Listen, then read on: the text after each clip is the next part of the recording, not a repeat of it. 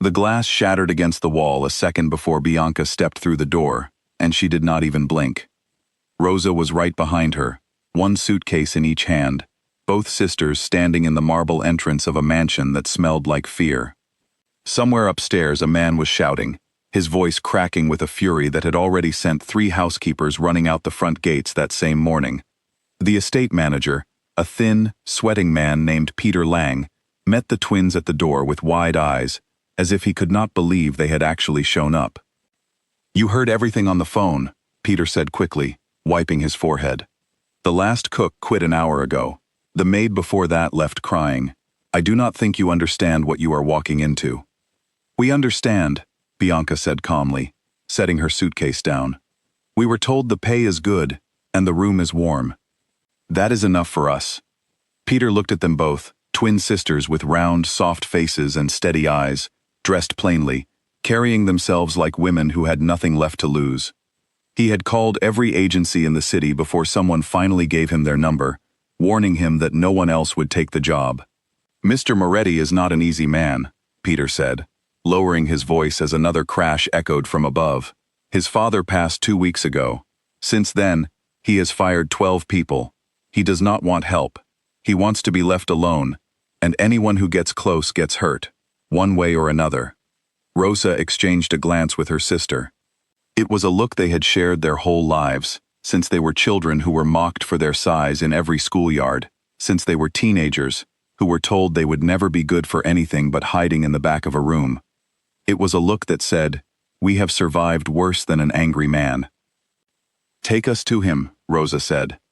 Peter hesitated, then led them up a wide staircase lined with old portraits, past hallways where the air itself seemed to hold its breath.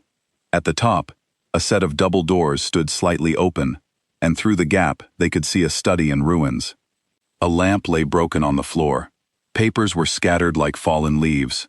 A tall man stood with his back to them, shoulders rigid, one hand pressed flat against the window, as if he were trying to push the whole house down. Dante Moretti did not turn around when the door creaked further open. "I told you I do not want anyone else in this house," he said, his voice low and dangerous, each word carved out of stone. "Get out, before I lose what is left of my patience." Peter froze in the doorway, but Bianca walked past him without hesitation, stepping over broken glass as though it were nothing more than fallen petals. Rosa followed, setting her suitcase down near the wall, already scanning the room, noting the overturned chair, the spilled ink, the framed photograph lying face down near the desk. "You have not eaten today," Bianca said, not as a question, but as a simple fact. "Your hands are shaking. That is not only anger. That is hunger." Dante turned then, and for the first time the twins saw his face fully, sharp and handsome in a hard, exhausted way, dark eyes rimmed red from lack of sleep, a man who looked like he had been carrying the weight of an entire empire alone since the moment his father closed his eyes for the last time. He looked at Bianca, then at Rosa, and something like disbelief crossed his features. "Who let you in here?" he asked, quieter now, though no less sharp. "Peter did," Rosa answered simply, already crouching to pick up the fallen photograph. She turned it over gently before setting it upright on the desk, an old picture of a younger Dante standing beside an older man with the same jaw, the same eyes. She did not comment on it. She simply placed it where it belonged and stepped back. Dante's gaze followed her hands, then flicked to his father's photograph, then back to her face. Something flickered there, something raw, before his expression hardened again. "I do not need staff," he said. "I need everyone to leave me alone. Is that so difficult for people to understand?" "We are not going to bother you," Bianca said, already moving toward the fallen lamp, picking up the broken glass, piece by piece with bare, careful hands. "We are going to clean this room, and then we are going to make you something to eat, and then we will disappear into the rest of the house like we were never here. You will not even notice us, unless you need something." Dante stared at her, waiting for the fear he was used to seeing, the trembling hands, the refusal to meet his eyes. It did not come. Bianca simply kept working, humming softly under her breath, as if she were cleaning her own kitchen, and not the office of a man half the city was afraid to even look at directly. "You know who I am," Dante said, testing her. "We know," Rosa answered for her sister, moving to straighten the papers on the desk into careful stacks. "We also know that being feared does not fill an empty stomach or clean a broken room. We are not here to be afraid of you, Mr. Moretti. We are here to work." For a long moment, Dante said nothing. He watched the two women move through his wreckage with a strange, practiced calm, as if chaos was nothing new to them, as if they had walked into worse rooms than this one and come out the other side.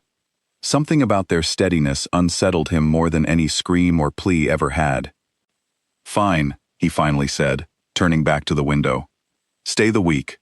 You will not last longer than that anyway." Neither twin answered him.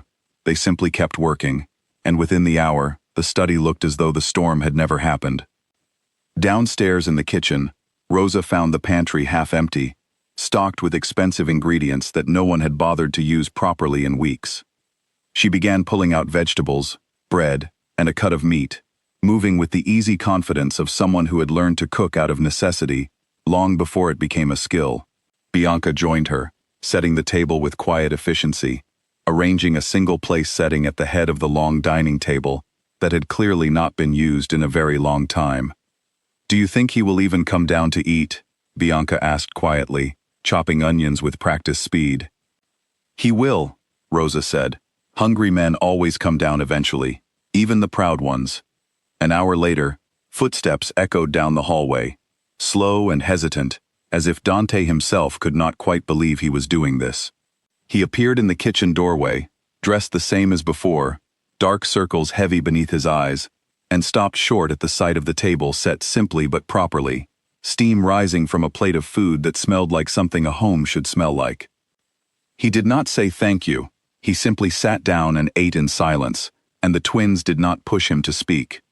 They moved around the kitchen quietly, cleaning as they went, giving him space without disappearing entirely, a strange balance neither of them had to discuss aloud. They had spent their whole lives reading rooms that did not want them there, learning exactly how much space to take up and how much to give. When Dante finally finished, he looked up and found both women still in the kitchen, not hovering, not staring, simply present. "Where did you learn to cook like this?" he asked, his voice rougher than before, stripped of its earlier edge. "Necessity," Bianca answered honestly. "Our mother worked 2 jobs. We learned to feed ourselves and each other before we learned much else." Something shifted behind Dante's eyes, some flicker of recognition, though he said nothing more about it. He stood, pushed his chair in, an oddly polite gesture for a man who had been destroying furniture only hours earlier, and walked toward the door. "The room at the end of the East Hall is yours," he said without turning around. "Both of you. I do not care how you split it." "Thank you, Mr. Moretti," Rosa said. He paused in the doorway, his back still to them. "Do not thank me yet," he said. "I meant what I said. Most people do not last a week here." Then he was gone, his footsteps fading down the hallway, and the twins were left standing in the kitchen, the first quiet moment of peace either of them had felt since walking through those front gates.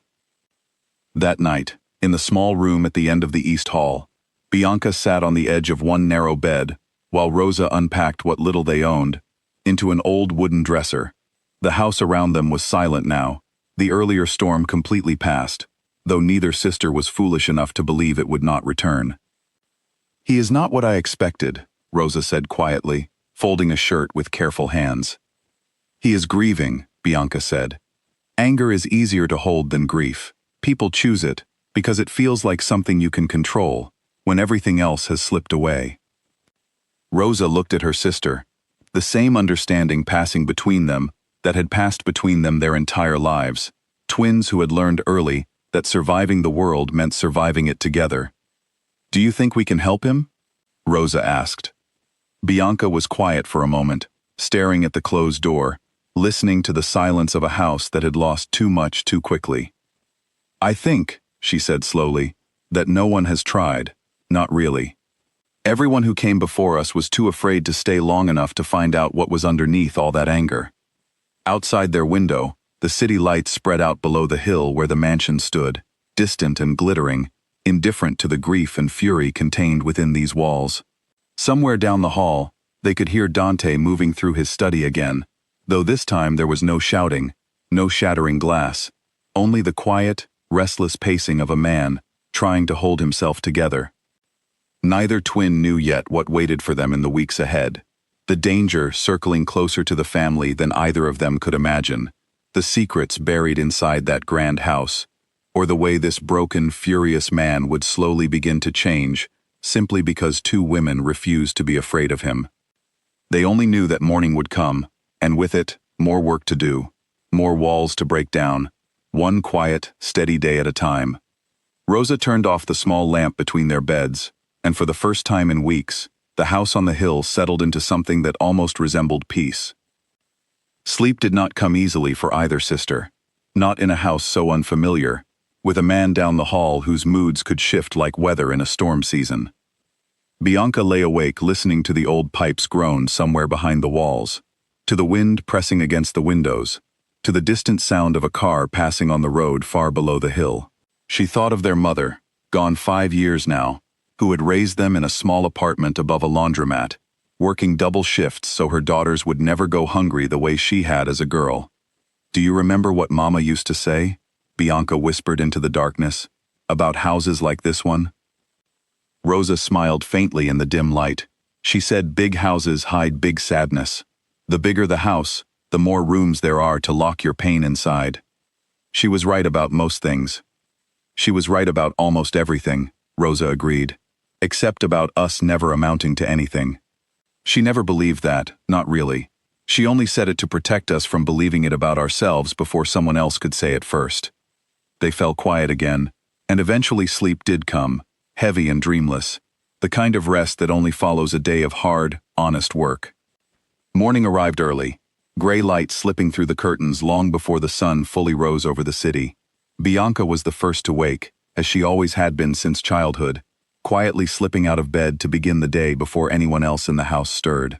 She moved through the kitchen with practiced ease, setting a pot of coffee to brew, pulling eggs and bread from the pantry, humming the same tune their mother used to hum while cooking breakfast for two hungry girls who never had quite enough. Rosa joined her not long after, tying her hair back, already reaching for a broom to begin on the halls that had been neglected for weeks. The house, despite its grandeur, showed signs of quiet decay everywhere they looked. Dust gathering in corners, curtains left closed for days, a stillness that spoke of grief rather than laziness. It was clear no one had truly cared for this house, or for the man inside it, in a very long time. By the time Dante appeared in the kitchen doorway, dressed for the day in a dark suit that did nothing to hide the exhaustion still etched into his face, the smell of fresh coffee and warm bread filled the room. He stopped short again, the same way he had the night before, as though he still could not quite believe two strangers had made themselves so completely at home in his house within a single day. "You are still here," he said, and it was not quite a question. "We told you we would stay the week," Bianca said, sliding a plate toward the empty seat at the table. "We keep our word." Dante sat, though his eyes remained wary, watching the twins the way a man watches a door he expects to slam shut at any moment. He ate in silence again, though this time the silence felt less like tension and more like simple quiet, two women moving efficiently around a kitchen, while a man tried to remember what it felt like to sit still. Halfway through his meal, a phone buzzed sharply against the table, and Dante's entire posture changed in an instant. He glanced at the screen, jaw tightening, before answering with a clipped, hard voice that bore no resemblance to the exhausted man who had been sitting there moments before. "Say that again," he said into the phone, standing abruptly, his chair scraping loudly against the floor. Whatever the voice on the other end told him, it drained the color from his face and replaced it with something colder, something the twins recognized instantly as fear disguised as anger. He ended the call without another word and stood frozen for a long moment, staring at nothing, his hand gripping the back of the chair so tightly his knuckles turned pale. "Mr. Moretti," Rosa said carefully, "is everything all right?" "No," he said flatly, and then, seeming to catch himself, straightened his shoulders and pulled his composure back into place like a man putting on armor. "It is business. It does not concern either of you." He left the kitchen without finishing his meal, his footsteps quick and heavy down the hallway, a door slamming somewhere in the distance moments later. The twins exchanged a look, the kind of silent conversation only people who had shared a womb could truly understand. "Something is wrong," Bianca said quietly, clearing his half-finished plate. "Something bigger than grief." "We are not here to ask questions," Rosa reminded her gently, though her own eyes lingered on the hallway where he had disappeared. "We are here to work." "For now," Bianca said. "But you saw his face. That was not the face of a man worried about numbers or business deals. That was the face of a man who thinks someone is coming for him." Rosa did not answer immediately. She simply began washing the dishes, her hands steady despite the unease settling low in her stomach, a feeling she recognized from years of watching their mother's face change the same way whenever money grew too tight or trouble came knocking at their door. She had learned long ago that some fears could not be hidden, no matter how much a person tried. The rest of the morning passed in careful, quiet work. The twins moved through the house room by room, airing out closed spaces, polishing surfaces that had gone dull with neglect, restoring small pieces of order to a home that had clearly fallen apart, the same way its owner had. They found more photographs tucked into drawers and forgotten shelves, images of a family that had once filled these halls with noise and laughter, a mother who had passed years earlier, a father who had ruled this house with the same intensity his son now carried, and a young Dante who had once smiled freely, before the weight of an empire had settled onto his shoulders. By late afternoon, Peter Lang appeared at the kitchen door, his expression tight with worry, glancing over his shoulder as though checking to see if anyone had followed him. "He received bad news this morning," Peter said quietly, keeping his voice low. "One of our warehouses was hit last night. No one was hurt, but it was a message. Someone wants him to know they can reach him whenever they choose." Bianca's hands stilled over the counter. Who would do such a thing? "There are many enemies in this business," Peter said grimly. His father made rivals for 30 years. Now that the old man is gone, every one of them believes this is the moment to test how strong the son really is. Rosa felt a chill settle over her despite the warmth of the kitchen. She thought of the fear she had seen flash across Dante's face during the phone call, quickly buried beneath anger, the same way he seemed to bury every emotion he did not wish the world to see. "Does he have people protecting him?" Rosa asked. "Guards, yes. Loyal men," Peter said. "But loyalty can be bought, and grief makes a man careless. I worry for him, though he would never admit he needs anyone's worry." Peter left as quietly as he had come, leaving the twins standing in the kitchen with a new understanding, settling heavily between them. This was no longer simply a house full of grief and anger. It was a house standing on the edge of something dangerous, something neither sister had expected when they walked through those gates only a day before. That evening, Dante did not come down for dinner. The twins prepared a plate regardless, setting it outside his study door along with a small pot of tea, before retreating quietly to their room, without knocking, without pushing, simply leaving the offering the way they had learned to offer comfort their whole lives, without demanding anything in return. Late that night, long after the house had gone still, Bianca woke to the quiet sound of footsteps pacing the hallway outside their door. She lay still, listening, until the footsteps eventually stopped outside the door to their small room, lingering there for a long moment before finally moving away. In the morning, the plate outside the study door was empty, the teacup drained, and though neither sister mentioned it aloud, both understood that something small and unspoken had shifted overnight, a single thread of trust beginning to form between a broken man and two women who refused to be afraid of him, even as the danger circling his family drew slowly, steadily closer. A black car screeched into the courtyard just after dawn, and Bianca was already at the window before the engine had fully stopped, watching two of Dante's guards half-carry a third man through the front doors, blood soaking through his shirt sleeve. Rosa was down the stairs in seconds. Years of watching their mother handle emergencies with no money for a doctor, giving her hands a steadiness most people never learned. She pulled clean towels from the linen closet without being asked, barking instructions at the guards to lay the injured man on the long table in the sitting room rather than let him bleed onto the good carpets upstairs. "What happened?" Bianca demanded, already boiling water in the kitchen, her voice sharp enough to cut through the guards' panic. "Ambush," one of them said. pressing a hand hard against the wound. "Near the docks. They knew our route. Someone told them." Dante appeared in the doorway moments later, still in the shirt he must have slept in, hair disheveled, eyes wide with a fear he did not bother hiding this time. He crossed the room in 3 long strides and knelt beside the injured man, a guard named Enzo who had served the family since before Dante was born. "Enzo, stay with me," Dante said, gripping the older man's shoulder. "Stay with me. Do you hear me?" Rosa arrived with the towels and a bottle of antiseptic she had found tucked in a cabinet, kneeling on the other side of the table without hesitation, pressing the cloth firmly against the wound with practiced pressure. "This needs a doctor, a real one, now," Rosa said calmly, though her hands moved quickly. "But the bleeding can be slowed. Someone bring me clean thread and a needle, and something strong to drink. For him, not for cleaning."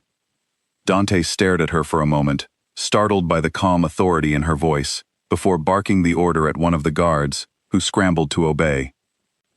"You know how to do this?" Dante asked, disbelief cutting through his fear. "Our neighborhood did not have money for hospitals," Rosa said simply, not looking up from her work. "You learn to stitch a wound, or you watch someone bleed. We chose to learn." Bianca arrived moments later with hot water and clean cloths, moving efficiently to assist her sister, the two of them working in a silent rhythm, born of years spent handling crisis after crisis, with nothing but their own 2 hands. Dante stood back, watching, something shifting behind his eyes as he saw these 2 women. Women he had dismissed only days earlier as temporary help who would not last the week, take control of a situation that had every trained guard in the room frozen with panic. By the time the Dr. Peter had called finally arrived 20 minutes later, Enzo was stable, the bleeding slowed to almost nothing, his breathing steady.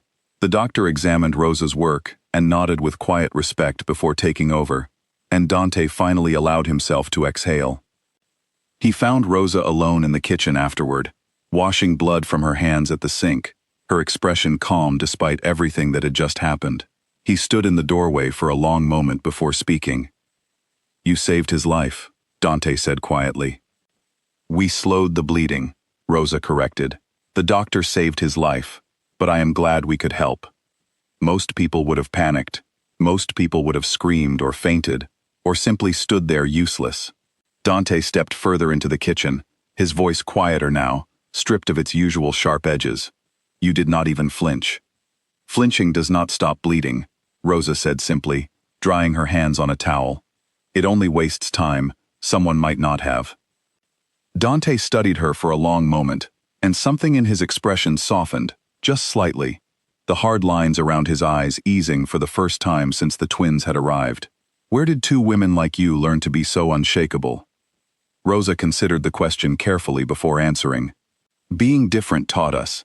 People stared at us our whole lives, laughed at us, underestimated us because of how we looked. We learned early that the world would not be kind, so we decided we would not need it to be. We built our own strength, instead of waiting for someone else to hand it to us." Something flickered across Dante's face, an understanding that seemed to surprise even him. "I know something about the world deciding who you are before you have a chance to prove otherwise." "I imagine you do," Rosa said gently. "Everyone looks at you and sees only the name Moretti, only the empire, only the danger. No one stops to ask who you are underneath all of that." For a moment, the space between them felt different, quieter, less like an employer and staff, more like 2 people who understood something about being seen only for the surface others chose to judge. Then Dante seemed to catch himself, straightening, the familiar guarded expression sliding back into place. "The man who attacked my convoy this morning will be found," he said, his voice hardening again. "Whoever gave him our route will regret it." "Do you know who it might be?" Rosa asked carefully. "I have suspicions," Dante said, his jaw tight. "Someone close. Someone who has access to information only a handful of people should have. I do not want to believe it, but I cannot afford to be naive anymore." He left the kitchen without another word, and Rosa stood alone for a long moment, turning his words over in her mind. Someone close, a traitor inside his own walls. She thought of Peter, of the guards, of everyone who moved through this house with familiarity and access, and felt a fresh unease settle over her. Later that afternoon, Bianca found her sister in their small room, staring out the window at the courtyard below, still marked faintly with the memory of blood despite the guards' efforts to clean it away. "You are thinking too hard about something," Bianca said, sitting beside her on the narrow bed. "He believes someone in this house betrayed him," Rosa said quietly. "Someone gave away his convoy's route. If that is true, then whoever it is walks these halls with us every single day, smiling, pretending, waiting." Bianca's expression darkened. "Then we watch more carefully. We have survived worse than a house full of secrets." "Have we, though?" Rosa asked. "This is different, Bianca. This is not schoolyard cruelty or landlords who cheated Mama out of wages. This is men with guns and knives, men who do not care who gets hurt, as long as they get what they want." Bianca took her sister's hand, the same gesture of comfort they had offered each other since they were small children, huddled together against a world that rarely showed them kindness. "We did not come here because it was safe. We came here because no one else would, because a man needed help, and everyone else was too afraid to give it. That has not changed." Rosa squeezed her sister's hand back, drawing strength from the familiar warmth of their bond, the one constant that had carried them through every hardship life had thrown their way. Over the following days, the household settled into a strange new rhythm. Enzo recovered slowly under Rosa's continued care, growing fond of the twins in a way that surprised even the guards who had known him for years. He began telling stories over meals, of Dante's father, of the Empire's early years, of a young Dante who had once dreamed of leaving this life altogether before duty pulled him back in. "He wanted to study medicine, if you believe it," Enzo told the twins one evening, sitting up in bed while Bianca changed his bandages.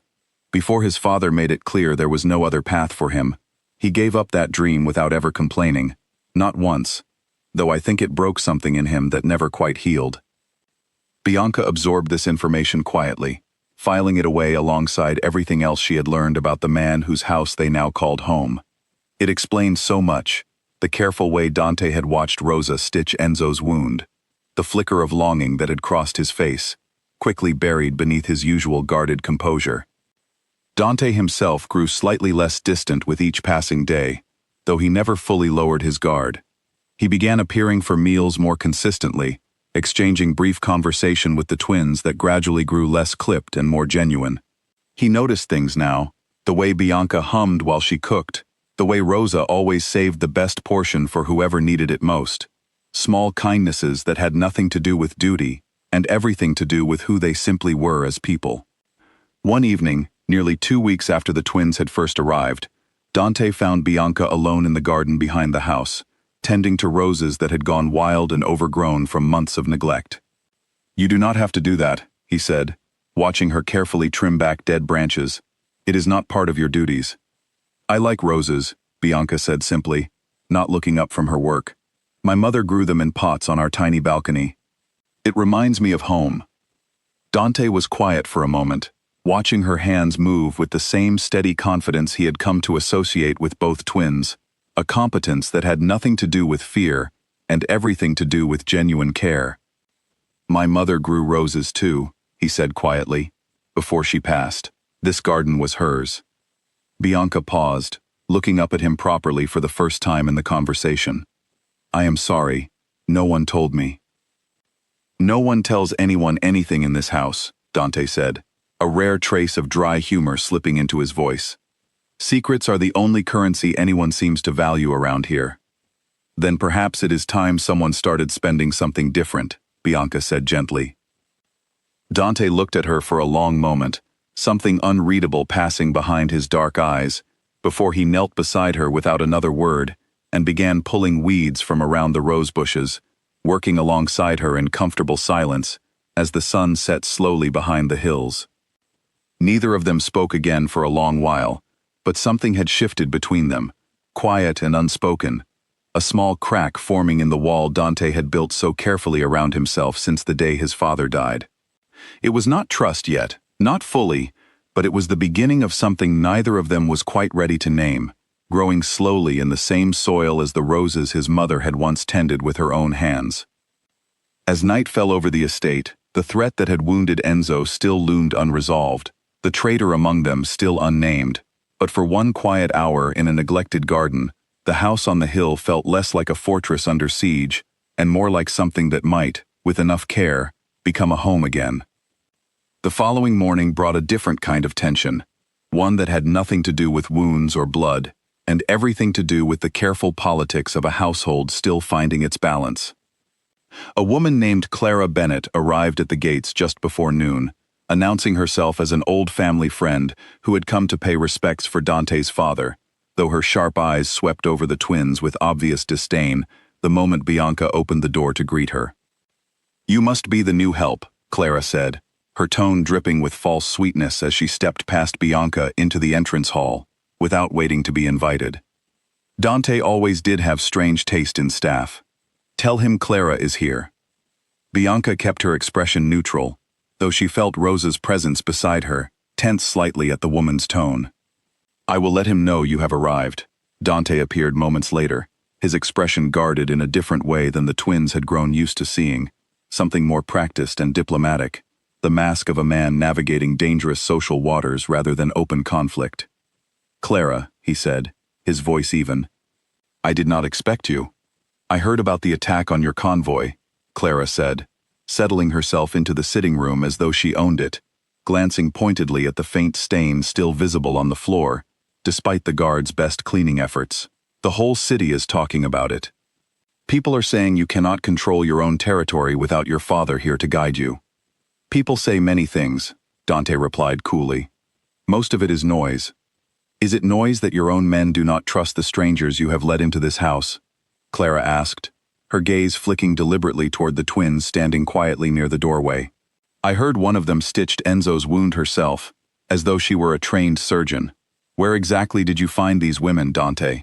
"They were hired because they were capable," Dante said, his tone sharpening slightly, "which is more than I can say for half the people who claim to be my friends."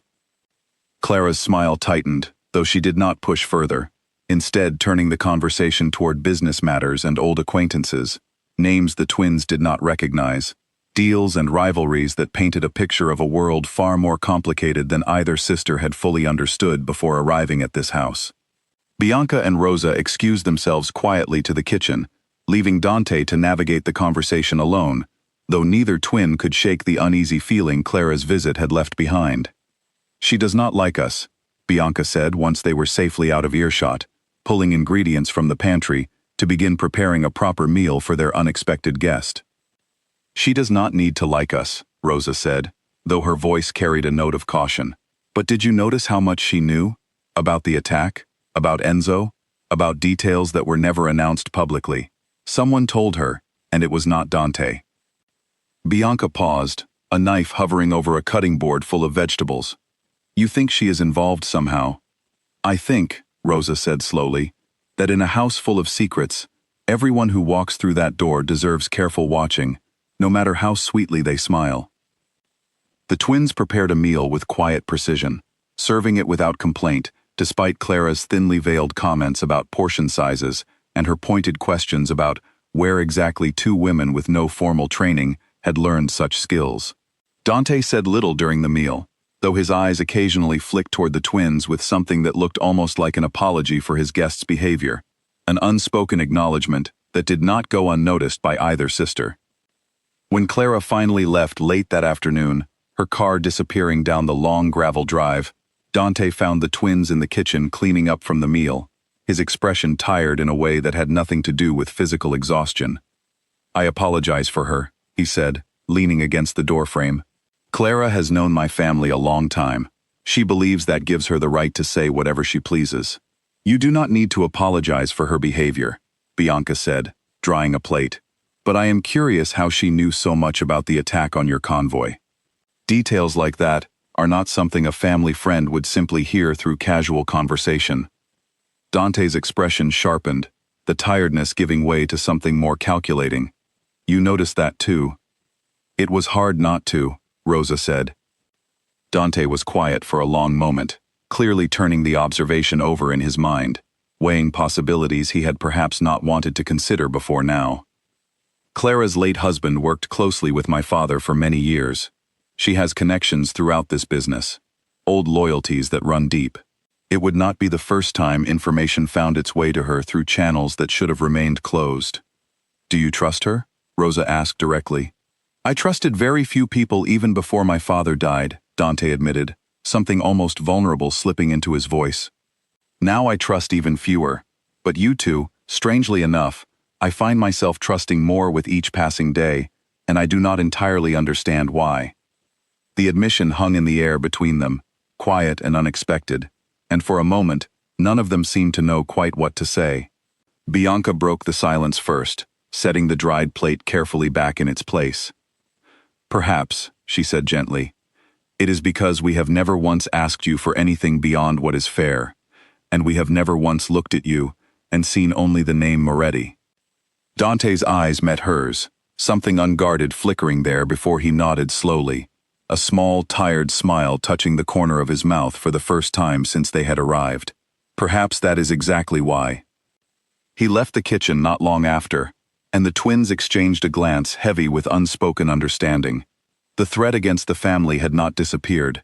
The traitor still moved somewhere unseen, through the shadows of this house, or beyond its walls, and now a woman named Clara had entered the picture, carrying secrets of her own. But something else had grown alongside the danger, quiet and fragile as the roses in the garden, a trust neither Dante nor the twins had expected to find in a house that had begun as nothing more than a place of fear. Gunfire cracked through the quiet night air, and Rosa was already pulling Bianca away from the kitchen window before either of them fully understood what was happening. "Down," Rosa hissed, dragging her sister behind the heavy wooden island in the center of the kitchen, just as another window shattered somewhere near the front of the house. Shouts erupted outside, guards scrambling across the courtyard, the sound of boots pounding against gravel, mixing with sharp bursts of gunfire that echoed off the stone walls of the estate. Dante appeared in the kitchen doorway moments later, a weapon already in his hand, his expression a mask of cold, focused fury that bore no resemblance to the quiet, tired man who had knelt beside Bianca in the garden only days before. "Stay low, stay away from the windows," he ordered, his voice sharp and commanding, every inch the leader his father had trained him to become. "Peter is getting the safe room ready. Move now." Rosa grabbed Bianca's hand, and they moved together, crouched low, following Dante through the hallway toward a hidden door, disguised as part of the wall paneling near the study. Peter was already there, ushering two frightened kitchen staff and an elderly groundskeeper inside a reinforced room lined with steel and stocked with enough supplies to last through a siege. "Get inside," Dante said, practically shoving the twins through the door. "You are not coming with us?" Bianca asked, gripping his arm before he could turn away. "I am not hiding while my men fight for this family," Dante said, his jaw tight. "Stay inside, lock the door behind me, and do not open it for anyone but Peter or myself." Before either twin could argue further, he was gone, disappearing back down the hallway toward the sound of chaos, and Peter pulled the heavy steel door shut, with a sound that echoed like a closing tomb. Inside the safe room, the frightened staff huddled together, the elderly groundskeeper trembling, despite Rosa's attempts to calm him with a steady hand on his shoulder. Bianca paced near the door, every muscle in her body coiled tight with the same restless energy that had carried her through every crisis of her life, the instinct to act rather than wait. "He should not be out there alone," Bianca said, more to herself than anyone else. "He is not alone," Peter said, though his voice carried little conviction. "He has his guards." "How many guards attacked Enzo's convoy?" Rosa asked pointedly. "And how many of them knew exactly which route to take? If someone inside this house gave away that information once, what is stopping them from doing it again, right now, while chaos gives them the perfect cover?" The room fell silent, except for the muffled sounds of gunfire continuing outside, and Peter's face paled as the implication settled over him. He had not considered that the danger tonight might not be coming from outside the walls alone. Minutes stretched into what felt like hours, though the clock on the wall insisted only 20 minutes had passed since they entered the safe room. Bianca could not stop pacing, her mind racing through every possibility, every worst outcome, until finally, a soft knock sounded against the steel door, followed by Peter's designated signal, 3 taps and a pause. Peter opened the door cautiously, and Dante stumbled through. Blood streaked across his temple from a shallow cut, but alive, breathing hard, his weapon still gripped tightly in one hand. "It is over," he said, sinking against the wall, exhaustion finally cracking through the adrenaline that had carried him through the fight. They retreated once they realized we were prepared for them. Rosa was at his side immediately, examining the cut on his head with careful, practiced hands, ignoring his weak protest that it was nothing serious. "You could have been killed," she said, her voice tight with an emotion she did not bother trying to hide. "I have been in worse fights," Dante said, though he did not pull away from her touch, allowing her to clean the wound with a steadiness that seemed to calm something restless inside him. "That is not comforting," Rosa said sharply. "That is terrifying."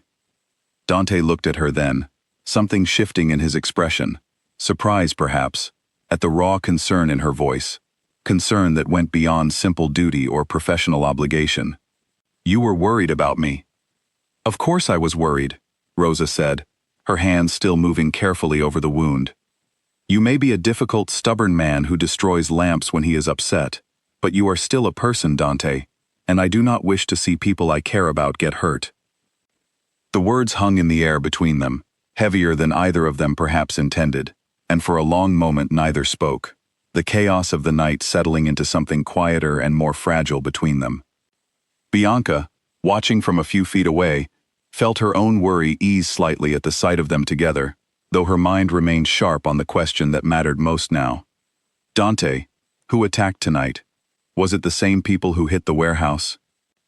Dante's expression hardened again, the softness from a moment ago giving way to cold calculation.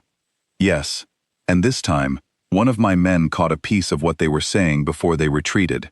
They mentioned a name, someone who was supposed to make tonight easier for them, someone who was supposed to disable the security system before the attack began." "Did the system fail?" Peter asked, his voice tight. "No," Dante said. "It held, which means whoever was supposed to disable it either lost their nerve or never had the access they claimed to have." The room fell into a heavy silence, every person present running through the mental list of who had access to the estate's security systems, who moved freely through these halls without suspicion, who might have motive enough to betray a family that had trusted them for years. "Clara," Bianca said quietly, the name slipping out before she fully decided to say it aloud. Dante's eyes snapped to hers. "What about Clara?" "She knew details about the attack on Enzo's convoy that had not been made public," Bianca said carefully. "Rosa noticed it as well, and she has connections throughout your business, deep loyalties from your father's era. It would explain how information keeps finding its way into the wrong hands." Dante was quiet for a long moment, his jaw working as he turned the possibility over in his mind, clearly reluctant to believe that a woman his family had trusted for decades might be capable of such betrayal. "I do not want it to be true," he finally said, "but I cannot afford to ignore the possibility any longer, not after tonight." The following days passed in a state of careful, quiet investigation. Dante moved through the house with renewed intensity, making calls, meeting with trusted associates in low, guarded voices, piecing together fragments of information that slowly began forming a clearer picture. The twins continued their work as always, cooking, cleaning, tending to the household, but their presence had shifted subtly, no longer simply staff moving through the background, but something closer to trusted confidants Dante found himself relying on more with each passing day. Rosa spent hours with Enzo as he continued recovering, gently drawing out old stories and observations that painted a fuller picture of Clara's history with the family. Small details that on their own meant little, but together began forming a pattern too consistent to ignore. Bianca, meanwhile, found herself increasingly drawn into quiet conversations with Dante himself, moments in the garden, in the kitchen late at night, where the walls between them continued to lower bit by bit. "You do not have to help with any of this," Dante told her one evening, finding her in the garden again, tending to roses that had begun to bloom properly under her careful attention. "This is not what either of you signed on for when you walked through my gates." "We did not sign on for anything except a warm room and fair pay," Bianca said, smiling faintly despite the tension still hanging over the household. "But somewhere along the way, This stopped feeling like just a job. Dante studied her for a long moment, the last light of evening casting soft shadows across his face, softening the hard lines that had defined him since the day they arrived. It stopped feeling like just staff living in my house a while ago too. The admission was quiet, almost hesitant, so unlike the commanding, controlled man the twins had first met weeks ago, and Bianca felt something warm settle in her chest at the vulnerability in his voice. "We are not going anywhere," she said simply. "Not while there is still work to be done, and not while you still need someone in your corner." Dante nodded slowly, and for a moment, the danger circling the house, the traitor still unconfirmed, the enemies still gathering somewhere beyond the gates, felt distant, overshadowed by the quiet, steady warmth growing between two people who had never expected to find comfort in each other. But that peace, fragile as it was, would not last long. 3 days later, a call came through that would change everything, confirming the worst of Dante's suspicions, and setting into motion a confrontation that neither the twins nor Dante himself could avoid any longer. The days leading up to that call, however, brought their own quiet trials, small moments that tested the fragile trust building inside the estate walls. One morning, Bianca discovered that a set of keys to the wine cellar, where important documents were sometimes stored alongside Dante's father's private collection, had gone missing from the hook near the kitchen pantry. She mentioned it to Rosa first, keeping her voice low so the other staff would not overhear. "Missing keys could mean nothing," Rosa said carefully, though her expression betrayed her own unease. "Someone could have simply misplaced them." "Or someone took them," Bianca said. "We should tell Dante." They found him in his study, going over ledgers with a concentration that had replaced his earlier rage, though the tension in his shoulders never fully disappeared these days. He listened to Bianca's report with a grim expression, immediately calling for Peter to conduct a full inventory of the cellar's contents. By evening, Peter returned with troubling news. Nothing appeared to be stolen, but several boxes had clearly been moved, their positions shifted just enough to suggest someone had searched through them recently, looking for something specific. Dante's expression darkened further as Peter described the disturbance, and he spent the rest of the night alone in his study, the light beneath his door burning long past midnight. Rosa brought him tea near 2 in the morning, finding him hunched over old letters and documents that had clearly not been touched in years, dust still clinging to their edges despite his careful handling. "You should sleep," she said gently, setting the tea down beside him. "I cannot," Dante admitted, rubbing his eyes with the heel of his hand. "Someone is looking for something in this house, something tied to my father's old dealings, and I do not know what it is, or why it matters now, months after his death." Rosa pulled a chair close and sat beside him, glancing over the scattered papers without prying, simply offering her presence the way she always had, steady and unhurried. "What do you think they might be looking for?" "My father kept records of everything," Dante said quietly. "Every deal, every debt owed to him, every favor given and taken. If someone believes there is something in those records that could expose them or give them leverage over this family, they would stop at nothing to find it first." "Do you think Clara is looking for something specific?" Rosa asked. Dante's jaw tightened. "I think Clara's late husband owed my father a debt that was never fully settled before his death. If there are records proving that debt, records that could be used against her socially or financially, she would have every reason to want them destroyed, or altered before anyone else finds them." Rosa considered this for a long moment, watching the weary lines etched across his face, the burden of an empire he had never truly wanted to inherit, weighing visibly on him even now, weeks after his father's passing. "You do not have to carry all of this alone," she said softly. "Whatever you decide to do about Clara, about the missing keys, about any of it, you have people in this house who want to help you carry the weight, not just watch you struggle beneath it." Dante looked at her, something raw and unguarded passing across his features in the dim lamplight, exhaustion stripping away the last of his careful composure. "I have spent my entire life being told that leaders carry burdens alone, that showing weakness invites betrayal. My father believed that until the day he died, and it cost him every relationship that might have made his final years less lonely." "Your father is gone," Rosa said gently, "and you are not required to repeat his mistakes, simply because they were his. You can choose a different way to lead, Dante. Strength does not have to mean isolation. Something shifted in his expression, a small, cautious hope flickering behind the exhaustion, though he said nothing more that night, simply reaching for the tea she had brought him and drinking it slowly while she remained beside him, neither of them speaking further, the silence itself becoming its own quiet comfort. The following days brought careful investigation, alongside the ordinary rhythms of the household. Bianca took to watching the staff more closely during her daily work, noting who lingered near the study, who asked unusual questions about the family's private affairs, who seemed overly curious about matters that should not have concerned them. She said nothing of her observations to anyone but Rosa, unwilling to accuse without proof, but her instincts, honed by years of reading rooms that did not welcome her, told her something was still deeply wrong within these walls. Enzo, recovering well enough now to sit up and walk short distances with assistance, proved an unexpected source of insight during this time. He had served the family long enough to remember old grudges, forgotten debts, and the complicated web of loyalties that stretched back decades before Dante was even born.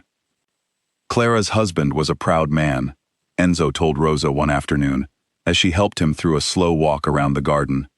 He borrowed heavily from the old Moretti to save his own business when it nearly collapsed years ago. He never fully repaid that debt before he passed. If Clara fears that debt has been documented somewhere, tied to obligations she might still owe this family, she would have every reason to want that proof gone. Would Dante's father have forgiven such a debt out of friendship? Rosa asked. Enzo shook his head slowly. The old Moretti forgave very little. He kept meticulous records precisely because he believed debts, financial or otherwise, were the truest measure of loyalty. If Clara owes this family something significant, and that debt remains unpaid, it would explain a great deal about her recent behavior. Rosa carried this information back to Bianca that evening, and together, the sisters began piecing together a fuller picture, one that painted Clara not simply as an unpleasant family friend, but as a woman with genuine motive to want certain truths buried, perhaps even motive enough to align herself with the very enemies attacking the estate. They brought their findings to Dante the next morning, watching as his expression grew colder with each detail they shared, the picture forming clearer and more damning with every piece of information Enzo's memory had provided. "I need proof," Dante said finally, pacing the length of his study. "Suspicion is not enough to act on, not against someone my family has known for decades. If I move against Clara without certainty, and I am wrong, it could fracture alliances that took my father years to build." "Then we find proof," Bianca said simply. "Together." Dante looked at her, then at Rosa, something settling in his expression that had not been there when the twins first arrived weeks ago, a quiet trust that had grown slowly but steadily through every crisis they had weathered together. "Together," he agreed. It was 3 days after that conversation when the call finally came, late in the evening, Dante's phone buzzing sharply against his desk, while the twins prepared dinner downstairs. The voice on the other end belonged to one of his most trusted men, someone who had been quietly watching Clara's movements at Dante's request, and the words he spoke sent Dante sprinting down the stairs toward the kitchen with an urgency neither twin had seen in him before. "She is meeting them tonight," Dante said, bursting into the kitchen with his phone still gripped tight in his hand, his face pale beneath the harsh overhead light. "Clara. My man followed her to a warehouse near the docks, the same district where they hit my convoy weeks ago." Bianca set down the knife she had been using to chop vegetables, her full attention snapping to Dante's face. "Meeting who?"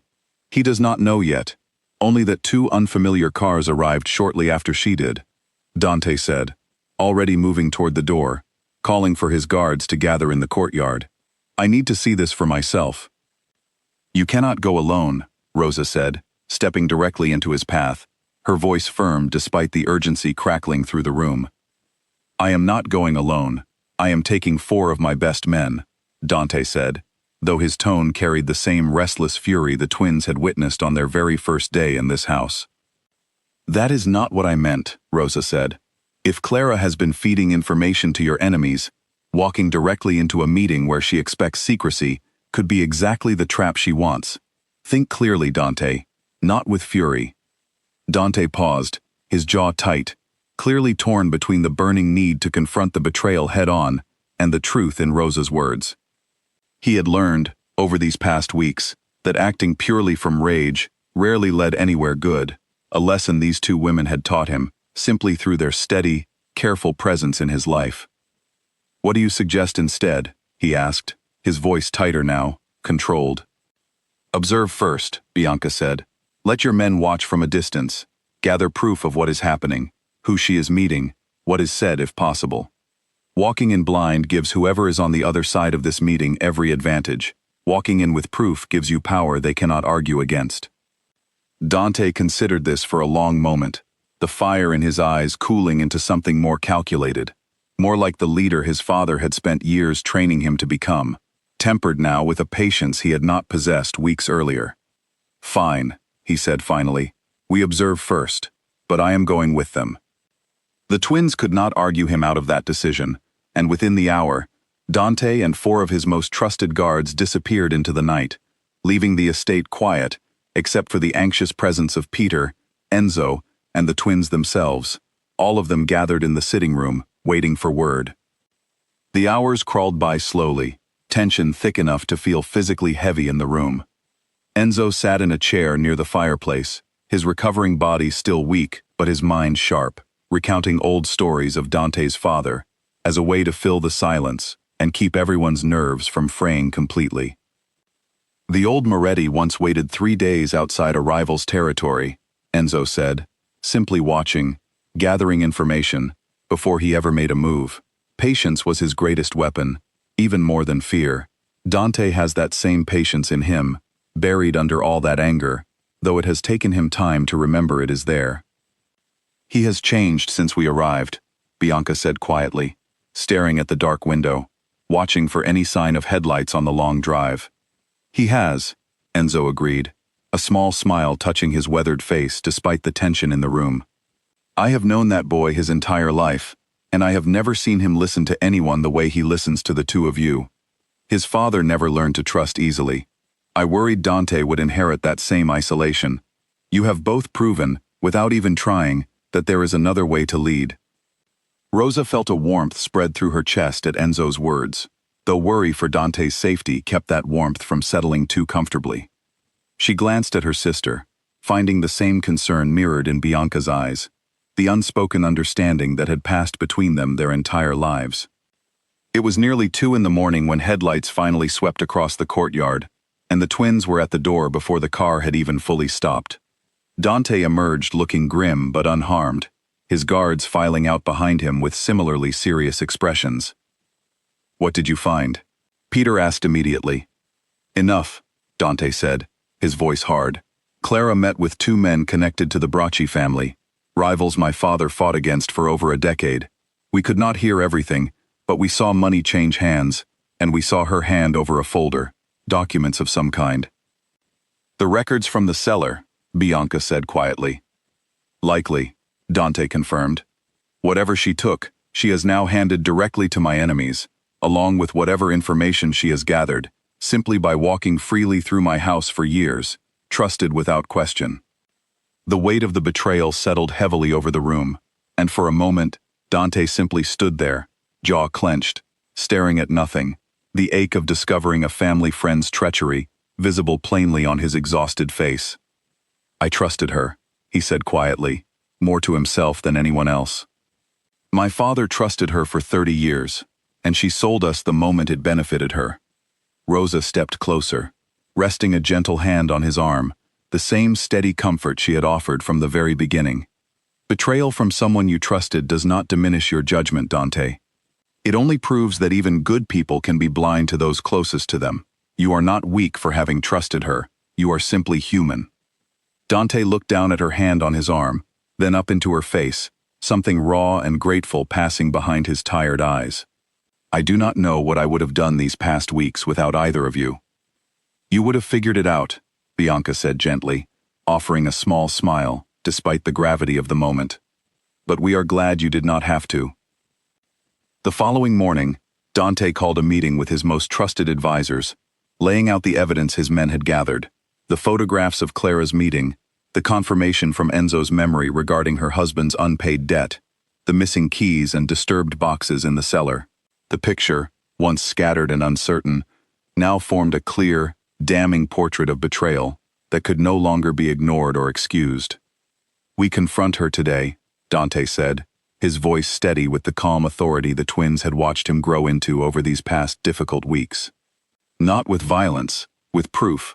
I want her to understand that this family sees clearly now, and that trust, once broken, does not simply return because she smiles sweetly and offers excuses." Clara arrived that afternoon under the pretense of a routine visit, her expression carrying the same practiced confidence she had displayed weeks earlier, though something flickered briefly across her face when she saw the grim set of Dante's jaw and the presence of several guards positioned discreetly throughout the room. "Dante, darling, you look troubled," Clara said, settling into her usual chair with practiced ease. "Is something wrong?" "You met with the Bracci family last night," Dante said. No preamble, no softness, cutting straight through her pleasantries with the directness that had once terrified household staff before the twins arrived, and taught him a steadier kind of strength. "You handed them documents stolen from my father's private records."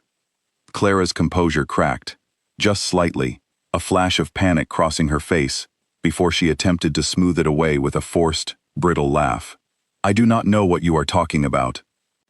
"We have photographs," Dante said flatly, sliding a folder across the table toward her.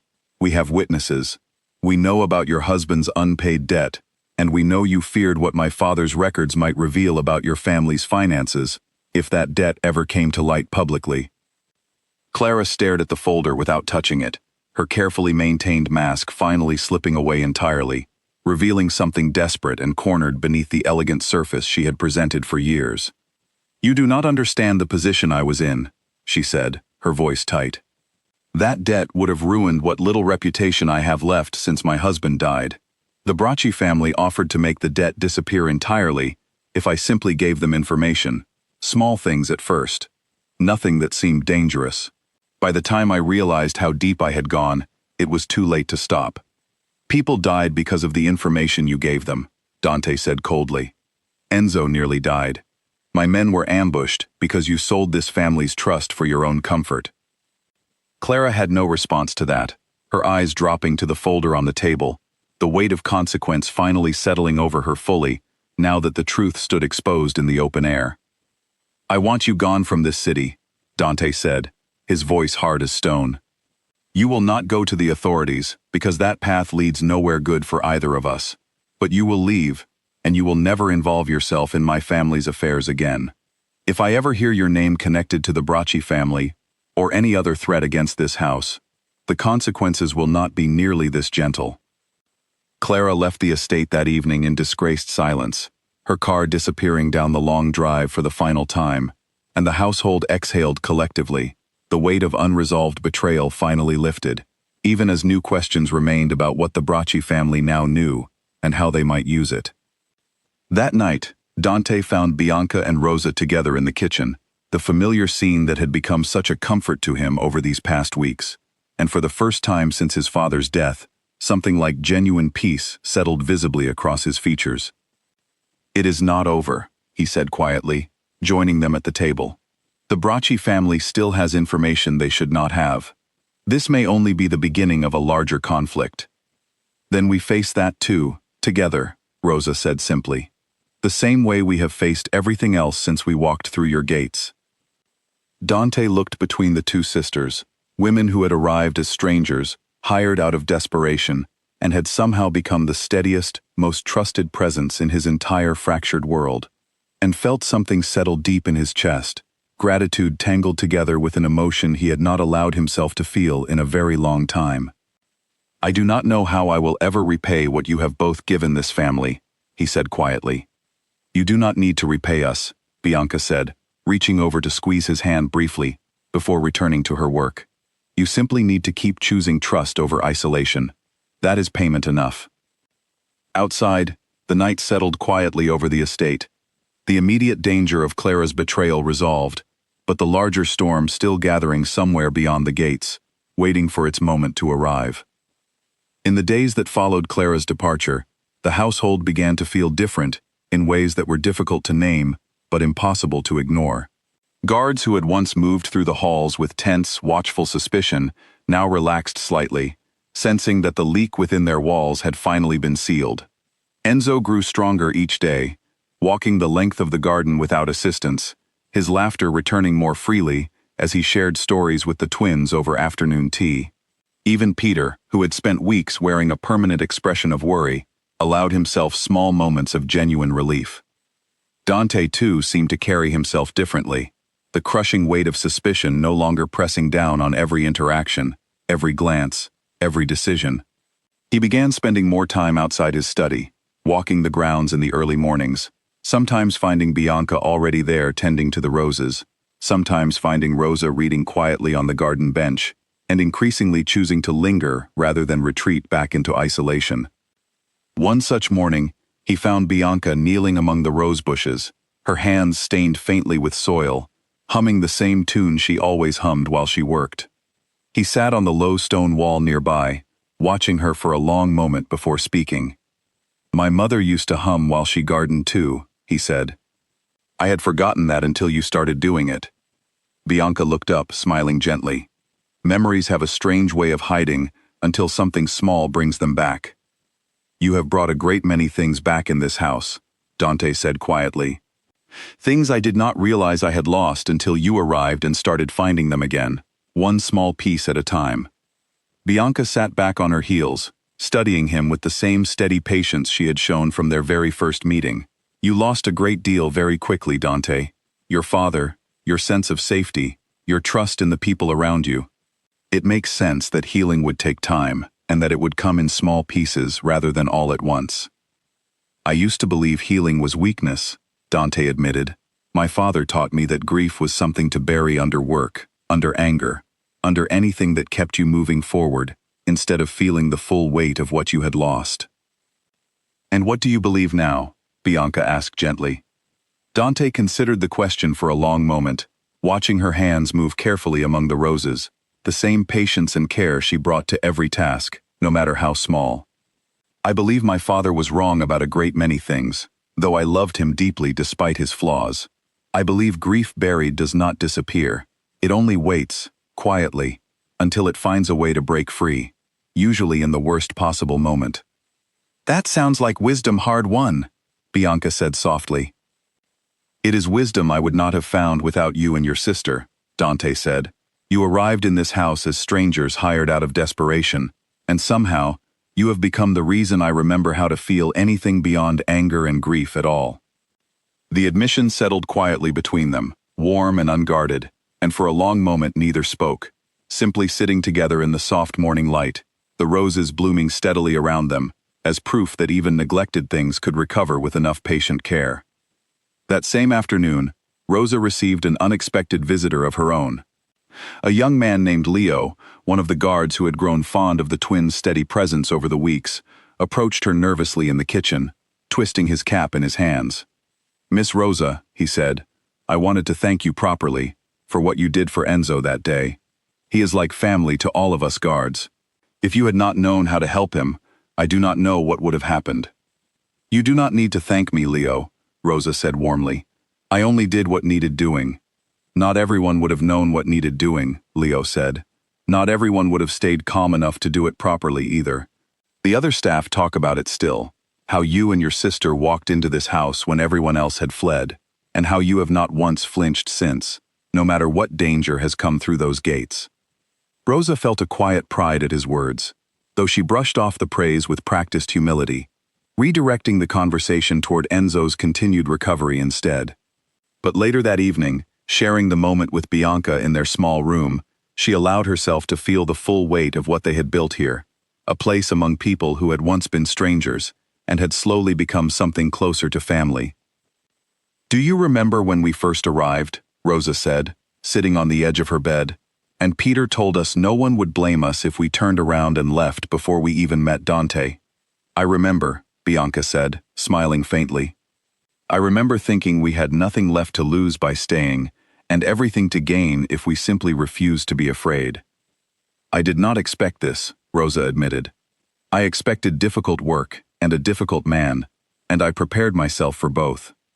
I did not expect to find people who would come to care for us, or a man who would let his walls down slowly enough that we could see the person underneath all that anger. Bianca reached over and squeezed her sister's hand, the same gesture of quiet comfort that had carried them through every hardship since childhood. We have always found a way to make a place for ourselves, even when the world insisted there was no room for two women who looked like us. Perhaps this house needed exactly that kind of stubbornness, someone who would refuse to leave simply because staying was difficult. Rosa smiled, the warmth of the day settling comfortably into something like contentment, a feeling neither twin had expected to find within these grand, once fearful walls. But even as peace settled over the household in the days following Clara's departure, neither sister allowed herself to fully relax.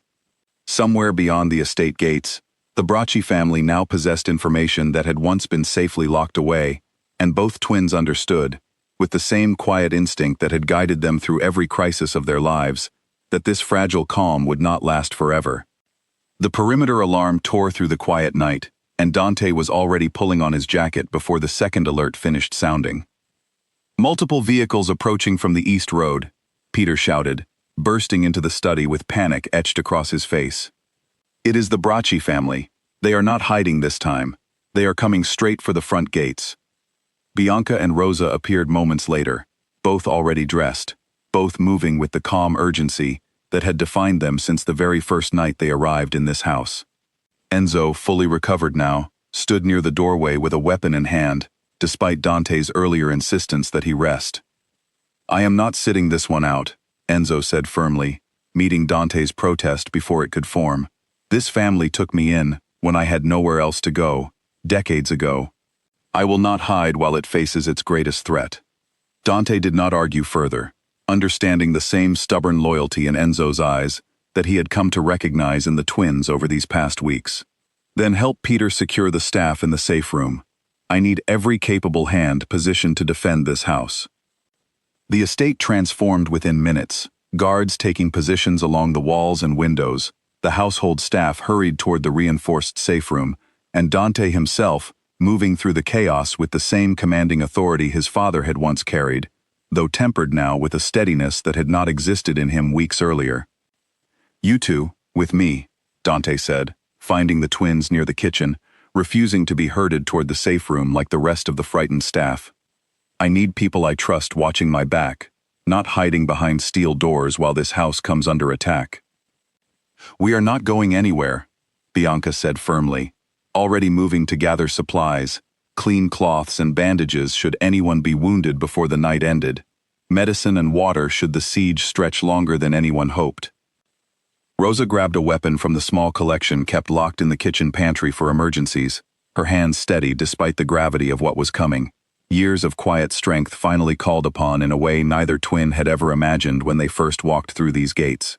The first vehicles breached the front gates just after midnight, headlights cutting through the darkness as armed men poured from the cars, the quiet estate erupting into chaos within seconds. Gunfire echoed across the courtyard, guards returning fire from positions along the upper windows, the night sky lit intermittently with muzzle flashes that painted everything in stark, violent light. Dante moved with practiced precision, directing his men from a defensible position near the main entrance, his voice cutting clearly through the chaos with commands that kept his guards organized, despite the overwhelming numbers pressing against the gates. Bianca stayed close behind him, watching for wounded men who needed immediate care, while Rosa positioned herself near a side window, providing cover fire whenever the enemy pressed too close to the house. The battle raged for what felt like an eternity, though barely 20 minutes had passed before the tide began shifting. Dante's men, better positioned and more familiar with the estate's layout, gradually forced the attackers back toward the gates, picking off vehicles and scattering the remaining forces into retreat. But just as victory seemed within reach, a figure broke away from the retreating enemy, sprinting directly toward the side of the house, where Rosa stood providing cover, weapon raised, intent clear in every line of his desperate movement. "Rosa!" Bianca screamed, but the warning came a fraction too late. The man fired before any of Dante's guards could react, and Rosa staggered backward, a sharp cry escaping her as pain bloomed across her shoulder. Dante was moving before conscious thought could catch up, closing the distance in seconds, his own weapon finding the attacker before the man could fire again, ending the threat with brutal, decisive finality. "Rosa," Dante said, dropping to his knees beside her as Bianca arrived seconds later, already pressing clean cloth hard against the wound, with hands that shook despite years of steady, practiced calm. "I am all right," Rosa said through gritted teeth, though the pale color draining from her face told a different story. "It is only my shoulder." "It missed anything vital." "You do not know that," Dante said, his voice tight with a fear that went far beyond simple concern for a valued member of his household. He gathered her carefully against him, calling for the doctor, even as the last remnants of the attack scattered into the darkness beyond the gates, the Bracci family's assault finally broken and retreating. The doctor arrived within minutes, confirming what Rosa had insisted through gritted teeth, that the wound, while painful, had missed anything critical, the bullet passing cleanly through soft tissue without striking bone or artery. She would recover fully, though it would take weeks of careful rest and healing. As the doctor worked, Dante remained close, his hand wrapped tightly around Rosa's uninjured one, his composure cracking in ways the twins had never witnessed before, not even during the darkest days following his father's death. "You could have died," he said quietly, once the doctor had finished and stepped away to prepare her bandages. "Because you stayed to help defend this house, because you refused to hide when I asked you to." "I made my choice," Rosa said, her voice weak but steady. "I do not regret it." "I cannot lose you," Dante said, the words slipping free before he seemed to fully realize he had spoken them aloud, raw and unguarded in a way that silenced the room around them.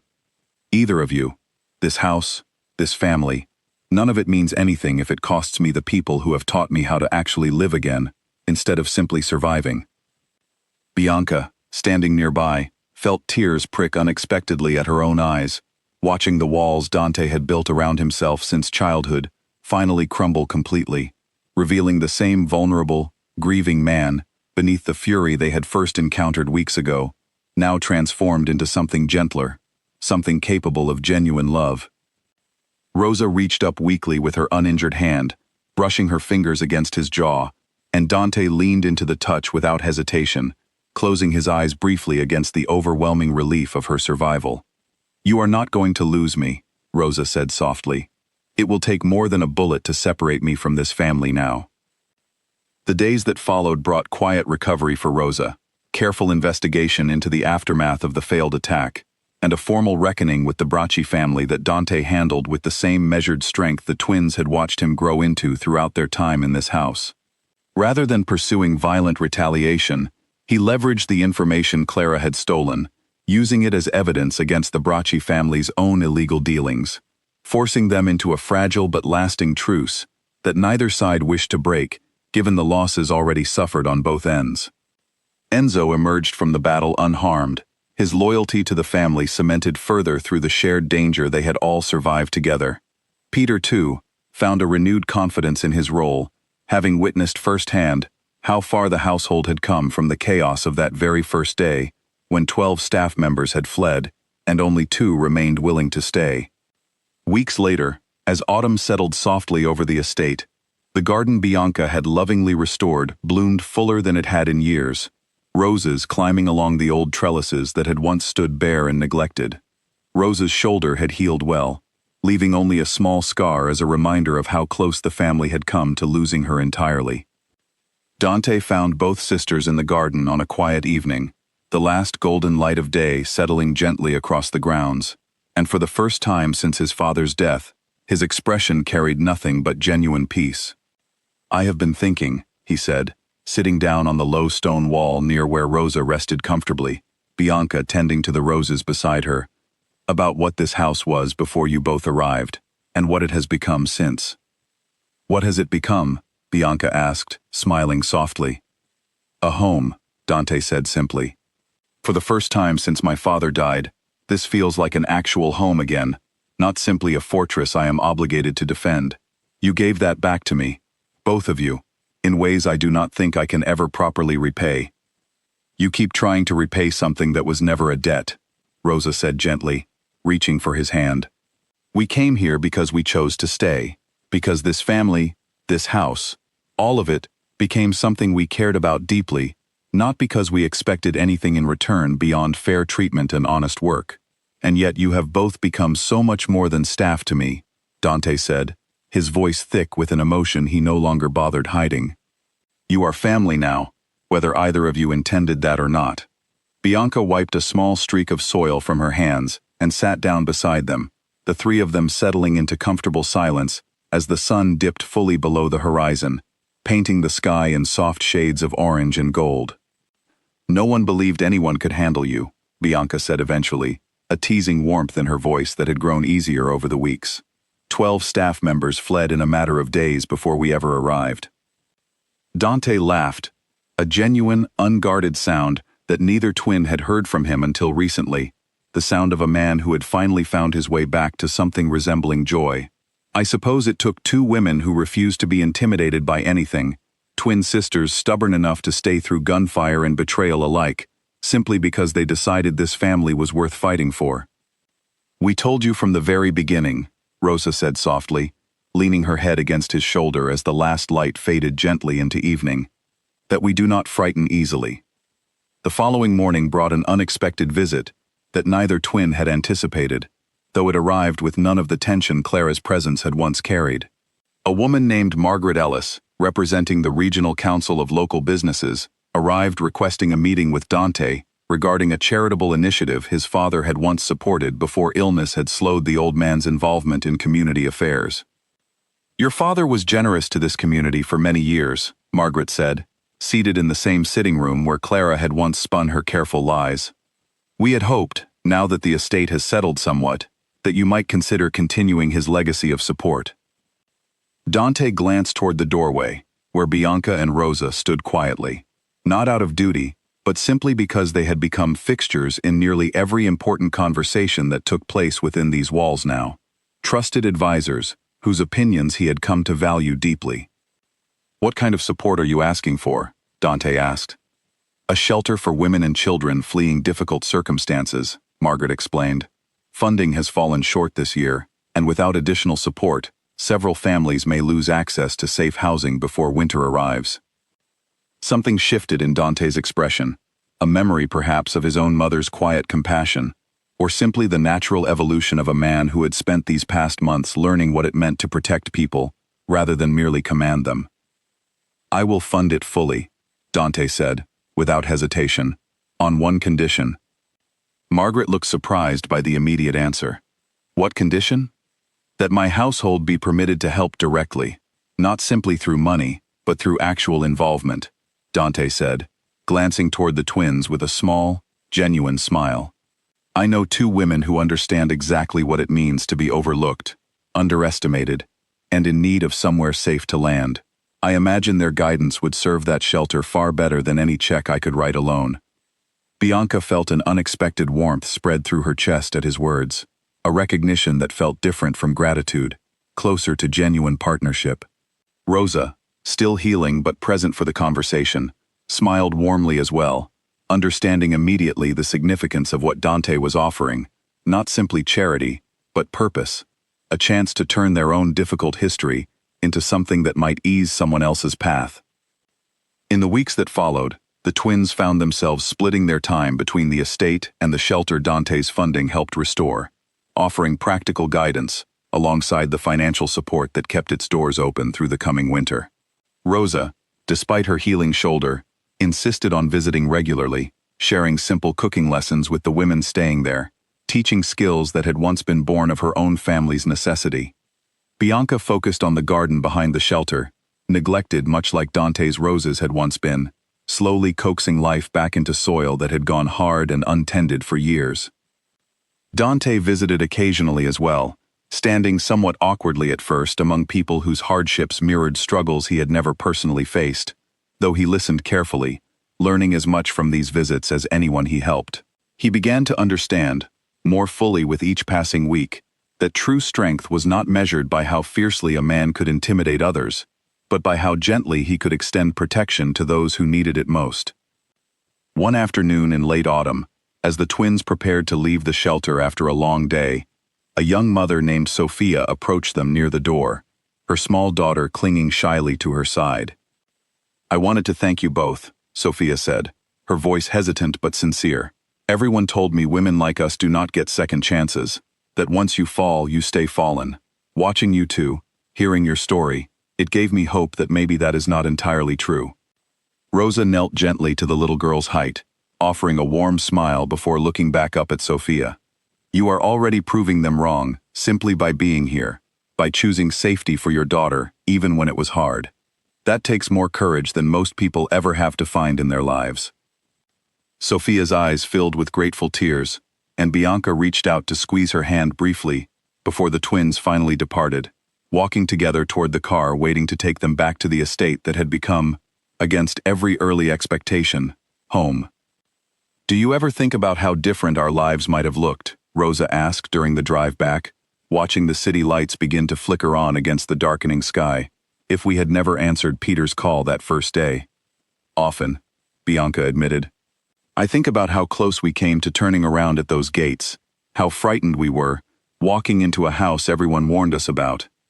And now look at what we found instead," Rosa said softly, resting her healing shoulder carefully against the car seat. "A family, a purpose. A man who once destroyed his own study out of grief, now funding shelters, and listening to women he once might never have noticed at all." Bianca smiled, watching the estate come into view as their car wound up the long familiar drive, lights glowing warmly from nearly every window now, a stark contrast to the dark, silent house that had greeted them on their very first night. "We did not come here expecting to change anyone," Bianca said. "We only came because we needed work, and because we refused to be afraid of one angry man's reputation." "And yet here we are," Rosa said, "having changed everything, simply by refusing to leave." That evening, Dante met them at the door himself, an unusual gesture for a man who had once barely acknowledged the household staff beyond curt instructions. He helped Rosa carefully from the car, still mindful of her healing shoulder, and walked between the two sisters into the warmly lit entrance hall that had once smelled only of fear. "How was the shelter today?" he asked, genuine interest coloring his voice. "Hopeful," Bianca answered simply. "Just like this house has become." Dante paused near the base of the staircase, looking between the two women who had walked into his life as strangers, hired out of desperation, and had become, through nothing more than steady kindness and unshakable courage, the very heart of everything this estate now represented. "No one believed anyone could handle me," he said quietly, echoing Bianca's words from weeks earlier, though his voice now carried warmth instead of the old bitterness. "I am glad I was wrong about that, more grateful than either of you will ever fully know." "We knew from the beginning," Rosa said, leaning gently against his side as they climbed the stairs together, "that underneath all that fury was someone worth staying for." And in that quiet, golden hour, with danger finally settled and trust fully restored, the house on the hill that had once echoed with fury and grief now held nothing but the steady, hard-won peace of a family that had chosen, against every expectation, to stay.